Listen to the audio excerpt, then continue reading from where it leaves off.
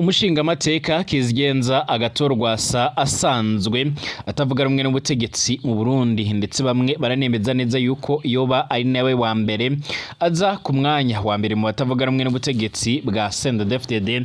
Nkuko amakuru akomeza kugenda aratugeraho, nuko uno mwanya amakuru yihuta cane amagara y'uyu mugabo yoba atifashe neza mu nyuma y'uko yaramaze imisi ariko ariyamiriza ibiriko biraba cane cane inyifato ya CNDD-FDD mu bikorwa bigendanye no gutegura amatora, ndetse no mu bikorwa bigendanye nyine no kugarukana amahoro n'umutekano muri Republika Iharanira Intwaro Rusange ya Kongo. Nkuko bikomeje kugenda bigaragara, amakuru yihuta cane akomeza kugenda aratugeraho, akaba agaragaza neza yuko uyu mugabo yoba yamaze gushikanwa mu bitaro, ariko akaba ata muntu uramenya aho ariko aravurirwa ku mvo z'umutekano wiwe. Nkuko amakuru akomeza kugenda aratugera bivuga, uyu mugabo yarangiwe nyine kongera kwitoza mu matora y'abashingamateka yimiriwijwe nga muri kino gihugu cacu ciza c'u Burundi, ariko abatari bakeya basanzwe barakurikiranira hafi ibera muri Kongo, bakaba bavuga yuko nawe ari umwe mu bantu bagiye biyamiriza ibigendanye no kurungika ingabo z'u Burundi muri Republika Iharanira Intwaro Rusange ya Kongo, maze akavuga yuko ari inyifato idakwiriye indongozi nkuru z'igihugu. Akaba yarakomeje kugenda aravuga yuko nyine atigeze arashima cyangwa se ngajyohegwe n'inyifato y'abayobozi bakuru b'igihugu c'u Burundi. Ibi biriko biravugwa canga se ibi biriko biraba mu nyuma yuko kandi uyu nguyu yaravuze ko azashigikira urunani Burundi bwa bose, ndetse akaba ari mu rugamba, ndetse akaba ari no mu rubanza ari guhanganamo rero nyine na leta ndetse n'umugambwe Senkiner Nyakuri. Yatswe nyine mu nyuma yuko rero bamwagiriza ibitari byiza. Bivugwa yuko leta y'u Burundi ayo yari iri mu mugambo uremere cane wo kumuburabuza kugira atazitaba amatora. Ni mu nyuma y'uko rero amatora yabaye muri 2020 nyine yarasize umugambwe yararongoye uje ku mwanya wa kabiri ugakurikira CNDD-FDD, ndetse ari n'abatajya umunwa mu kuvuga yuko nyine ari we yoba yaratsinze amatora mu Burundi, ariko amajwi yiwe agaca arashyigwa kuri Evariste Ndayishimiye. Nkuko bigaragara, hari bamwe rero bavuga ko hoba harabaye amatohoza mu banyagihugu bamwe na bamwe, maze bikaboneka yuko benshi boza bamushigikira mu matora, na cane cane n'abanywanyi b'umugambwe CNDD-FDD bakaba baravugaga yuko nyine bashobora kuzoshigikira uyu mutegetsi. Ibyatumye Evariste Ndayishimiye abona yuko nyine adashobora kuzotsinda amatora, maze agafata ingingo yo kumurabuza nyine kugira atazitaba amatora. Nkuko bigaragara, uyu mushingamateka nyine Honorable Kizigenza Agathon-Rwasa udasanzwe arapfana ijambo, akaba ari incabwenge, ndetse abanyagihugu benshi b'abarundi bakaba bifuza yuko yobabera nyine umukuru w'igihugu. Barakomeza kugenda baramwifuriza kugwara ubukira. Mu Burundi abanyepolitike ndetse n'abandi bafise izina riremere cane bariko barafatwa n'ingwara giturumbuka, aho mu no mwanya nyine benshi bakomeza kugenda barahuriza kuko rero hariko harakoreshwa amashano canga se bariho baratanga uburozi. Ibi kandi biriko biraba mu gihe Burundi buriko burategura amatora nkuko bikomeza kugenda bigaragara. Turagaruka kandi ku yandi makuru akomeje kugenda aravugwa. Uwarongoye igihugu ca Republika Iharanira Intwaro Rusange ya Kongo Joseph Kabila arasanzwe arabarizwa nyine muri Afrika y'Epfo, ndetse no mu bindi bice bimwe na bimwe aho atakibarizwa ku butaka bwa Kongo. Ndetse Bwana Tshisekedi wamusubiriye ku butegetsi yarakomeje kugenda aragerageza kuraba ingene yo muhitana, ariko bica biragorana ndetse bica biraba iby'ubusa. Amakuru akomeza kugenda aratugeraho aravuga yuko nyine uyu mugabo yaje gutangaza byinshi bigiye bitandukanye ku bigendanye n'umutekano. Ni mu nyuma yuko yaramaze igihe atacyo ariko aravuga cange ngagira icyo se ashikiriza, nkuko amakuru akomeza kugenda aratugeraho, ndetse benshi bakaba bavuga yuko nyine ibikomeje kugenda bigaragaza neza yuko nyine intambara ishobora kuza gukomera mu gihe Bwana Tshisekedi yaba arashinza uyu Joseph Kabila gukomeza nyine kwifatikanya n'umuhari urwanya ubutegetsi bwa Tshisekedi. Nyamara Joseph Kabila akaba yasiguye byinshi. Turabigaruka muri kino kiganiro. Mwiriwe neza mwese abanywanyi b'ibiganiro byacu batwumviriza murereye mu bice bigiye bitandukanye, mwese ndabahaye ikaze kandi ndabifuriza kumererwa neza cane. Ndabahaye ikaze mwebwe mwese mubandanya kumviriza amakuru n'ibiganiro byacu aho muherereye.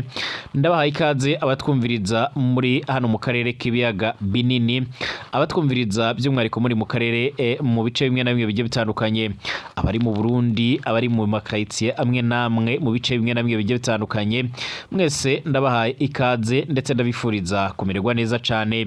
Ndabahaye ikaze kandi mwebwe mwese ababandanya kumviriza ibiganiro byacu muri mu gihugu cy'ubanyi cy'u Rwanda, ari mu gihugu cy'ubanyi ca Congo Kinshasa, Congo Brazzaville, aba twumviriza kandi muherereye mu bindi bice bigiye bitandukanye, cyane cyane abatwumviriza bari muri Uganda, Tanzania, Kenya ndetse n'ahandi, abari mu burengero bwa Afrika, umanuko bwa Afrika ndetse na Afrika yo hagati, mwese ndabahaye ikaze kandi ndabifuriza kumererwa neza. Abari ku mugabane wa Buraya mwese ndabahaye yambu cyane, ari ubwa mbere ushyize ngaha ndagusaba bisonde ko ahanditse sabone kugira uco waronka amakuru n'ibiganiro byacu, ndetse ujye ukurikira amakuru n'ibiganiro byacu uko tubandanya kubibashikiriza muri rusange. Ikaze kuri mwebwe mwese mudukurikiye kuri Burundi News TV. Tubatangurire mu Burundi. Umushingamateka Kizigenza Agathon Rwasa, nkuko amakuru yoma aradushikira, amakuru akomeza kugenda aratugeraho nuko yaba amaze kujyanwa mu ivuriro cyangwa se amaze kujyanwa mu bitaro, nkuko amakuru akomeza kugenda aratugera bivuga. Uyu mushingamateka Kizigenza Agathon Rwasa, nkuko bikomeje kugenda bigaragara, arashigwa ku mwanya wa mbere mu batavuga rumwe n'ubutegetsi nga mu Burundi. Akaba atavuga rumwe n'ubutegetsi nyine murazi ingene byagenze nyine mu matora yigeze kuba nyine mu Burundi aheruka nyine mu kibanza cy'umukuru w'igihugu, yuko nyine nkuko byogaragaye aho amakuru yashikirije yavuze yuko umugambwe wiwe ari we nyine waba warabaye uwa kabiri. Hari n'abavuga yuko nyine ari we yatsindiye ikibanza cy'umukuru w'igihugu ariko agaca yibwa amajwi. Uyu mushingamateka wakomeje gusabwa kenshi nabo muri CNDD-FDD yuko nyine bo mujyana yojya kwiyunga kuri bo nyine nawe nimba yaragwaniye igihugu, ndetse akagwana asigura ndetse anagaragaza neza yuko nyine yifuza impinduka mu Burundi, ariko akabatera utwatsi. Uyu yarakomeje kumvikana anenga ubutegetsi bwa Evariste Ndayishimiye, nkuko bikomeza kugenda bigaragara, nkuko amakuru akomeza kugenda atugera bivuga.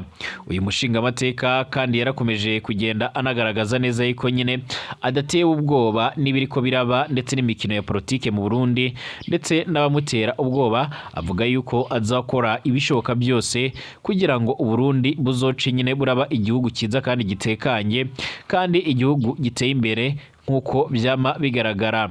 Amakuru akomeza kugenda aratugeraho rero aravuga yuko uyu mushingamateka akomeje kugenda nyine arahangana ku rugero rudasanzwe no gushaka uburyo yahindura politike y'u Burundi, akaba yaje gufatwa n'indwara giturumbuka, aho gushika uno mwanya bivuga ko umubiri wiwe waje gucika intege ku rugero rudasanzwe ku buryo atabashaga kuba yohagarara, aho Rusehabaniha yaje kumujyana ariko akaba atawuzi aho ariko aravurirwa nga mu Burundi, akaba ari ku mvo z'umutekano wiwe. Ni mu nyuma y'uko rero kandi abujijwe ndetse abayo kuburabuzwa kuba yo kwitaba amatora y'abashingamateka yemirijwe nga mu gihugu cy'u Burundi, ndetse gushika uno mwanya bakaba bafise ubwoba bw'uko nyine abashigikiye bashobora n'ubundi kuzoshigikirwa ku rugero rudasanzwe, dore ko hari indi migambwe nyine mu Burundi isanzwe itavuga rumwe n'uri ku butegetsi kandi yamaze kugaragaza neza ko yo bashigikiye.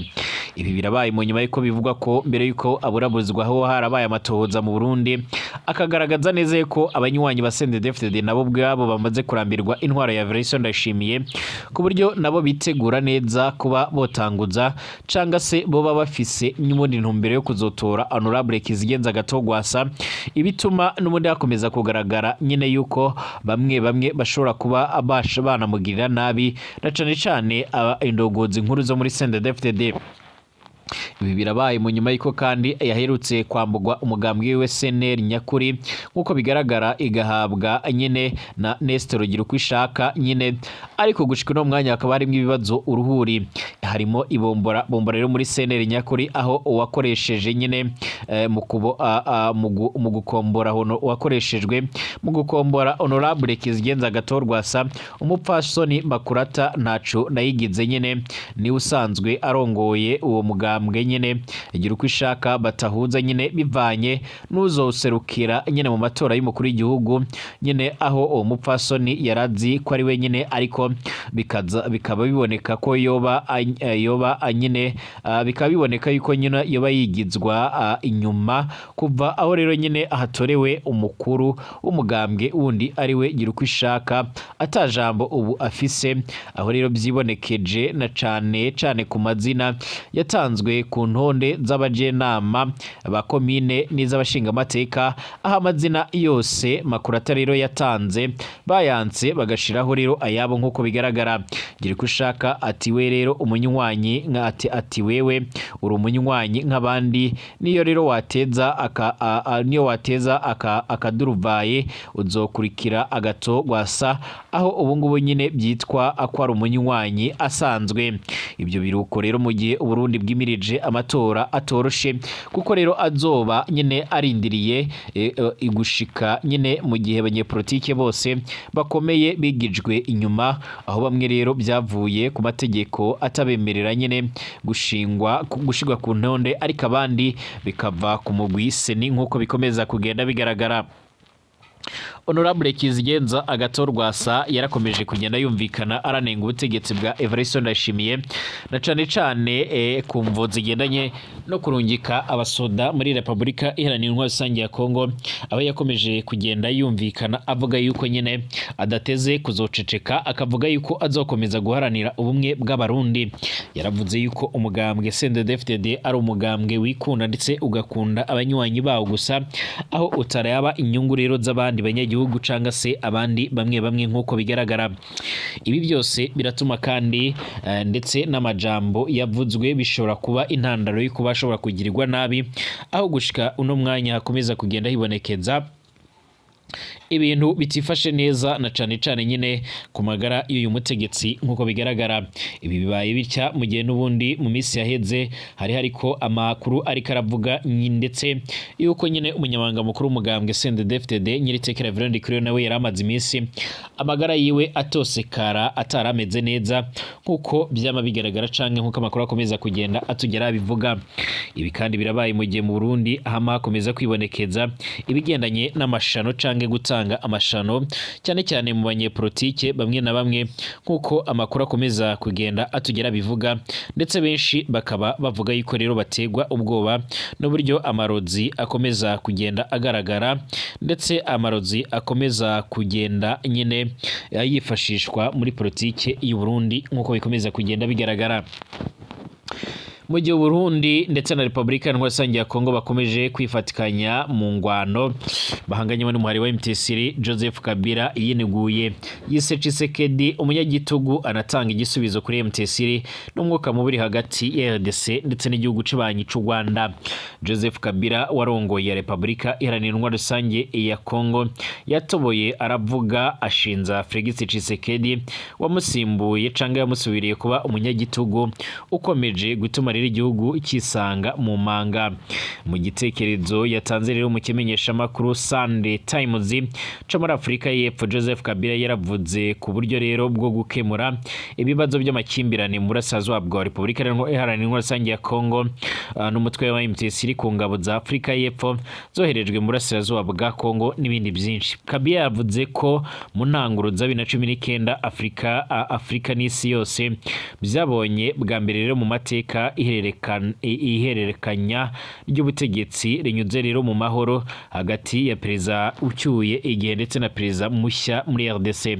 Ati gusa ibyishimo byabaye rero iby'akanya gatoya kuko perezida Tshisekedi yatesheje agaciro amasezerano mu bya politike yari yemeranyijwe. Joseph Kabila yaravuze ko kandi kuva icyo gihe RDC yazahaye ikava ahabi rero ijya habi kurushaho kugeza aho rero igihugu gishobora rero kwisanga mu ntambara ishobora guhungabanya nyine akarere kose. Yakomeje agira ati niba rero ikibazo n'imizi yacyo rero bidakemuwe mu buryo rero bwa nyabwo imbaraga zo kugikemura nyubundi zizaba izibaye imfabusa.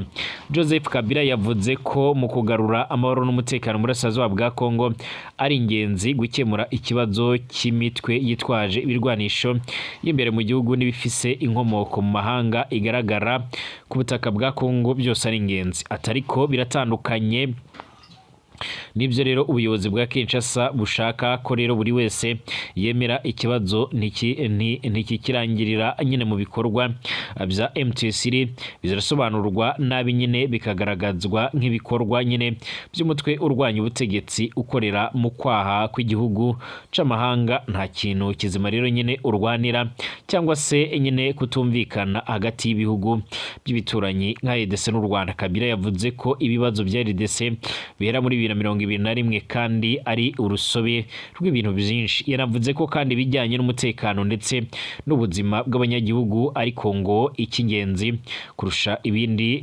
gishingiye kuri politike. Ati ibi byose birenzwa ingwahe nyine n'abafatanyabikorwa ba RDC yaba ibihugu n'imiryango iri muri SADC. Kabila yavuze ko ubuyobozi buriho rero muri RDC bwirengagije amasezerano yasinywe agamije gukemura iki kibazo. Atanga urugero ku biganiro byahuje abanyekongo muri hoteli ya Sunlight muri Afurika y'Epfo byaje kurangira habayeho rero amavugurura mu itegeko nshinga muri 2006.